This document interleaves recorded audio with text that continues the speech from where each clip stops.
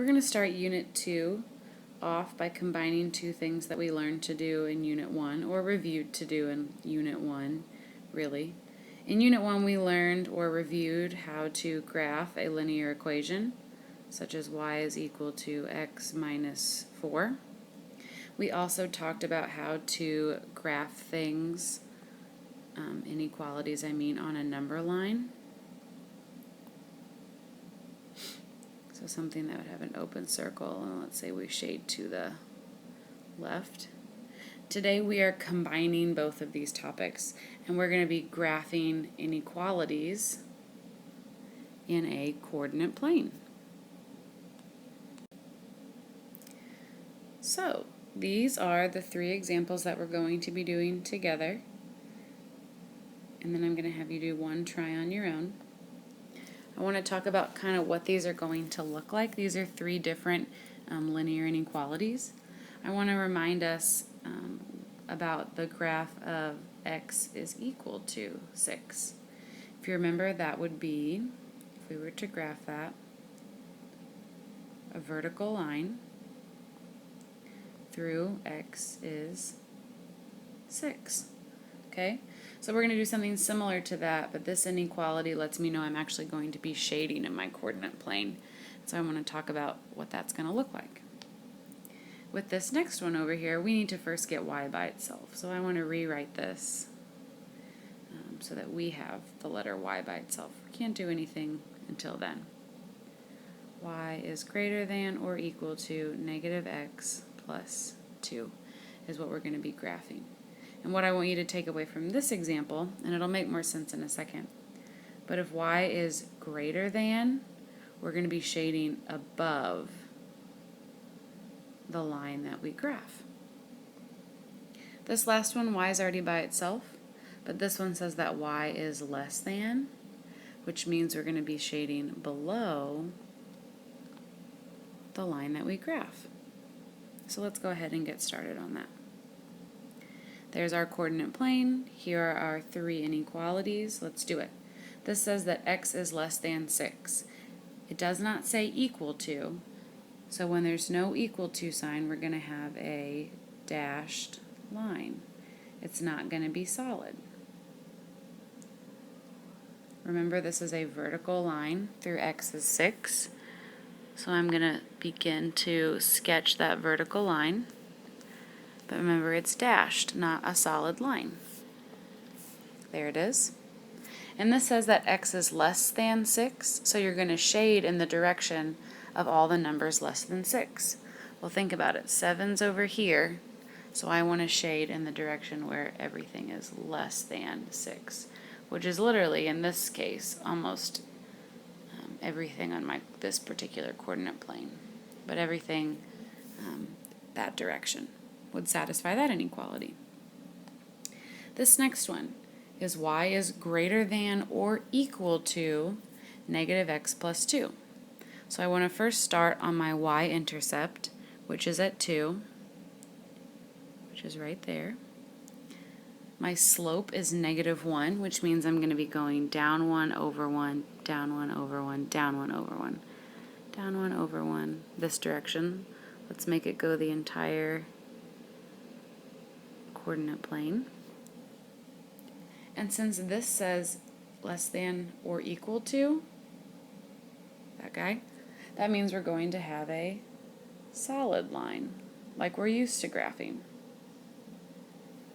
I'm going to go ahead and connect all of those points that we made with a solid line. I did a terrible job. Let's try one more time. There we go. Second time's the charm. It's a little bit better. There's our solid line. And remember, I said that if it's y is greater than, we shade above the line that we just made, which is this direction.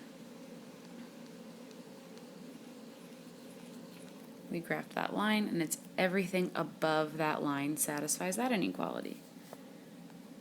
Last but not least, we have y is less than negative 1/2 x plus 4. So we're going to start at 4, which is there. and we're going down 1 to the right 2. So I'm going to just put some dots where we need to make a line. Let's go backwards. Okay. And this line, again, because it's not equal to, we're going to make a dashed line. That's like an open circle instead of a closed circle.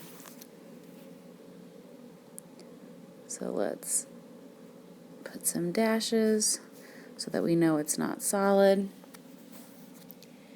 And this says that y is less than, which means we're shading below the line that we just graphed.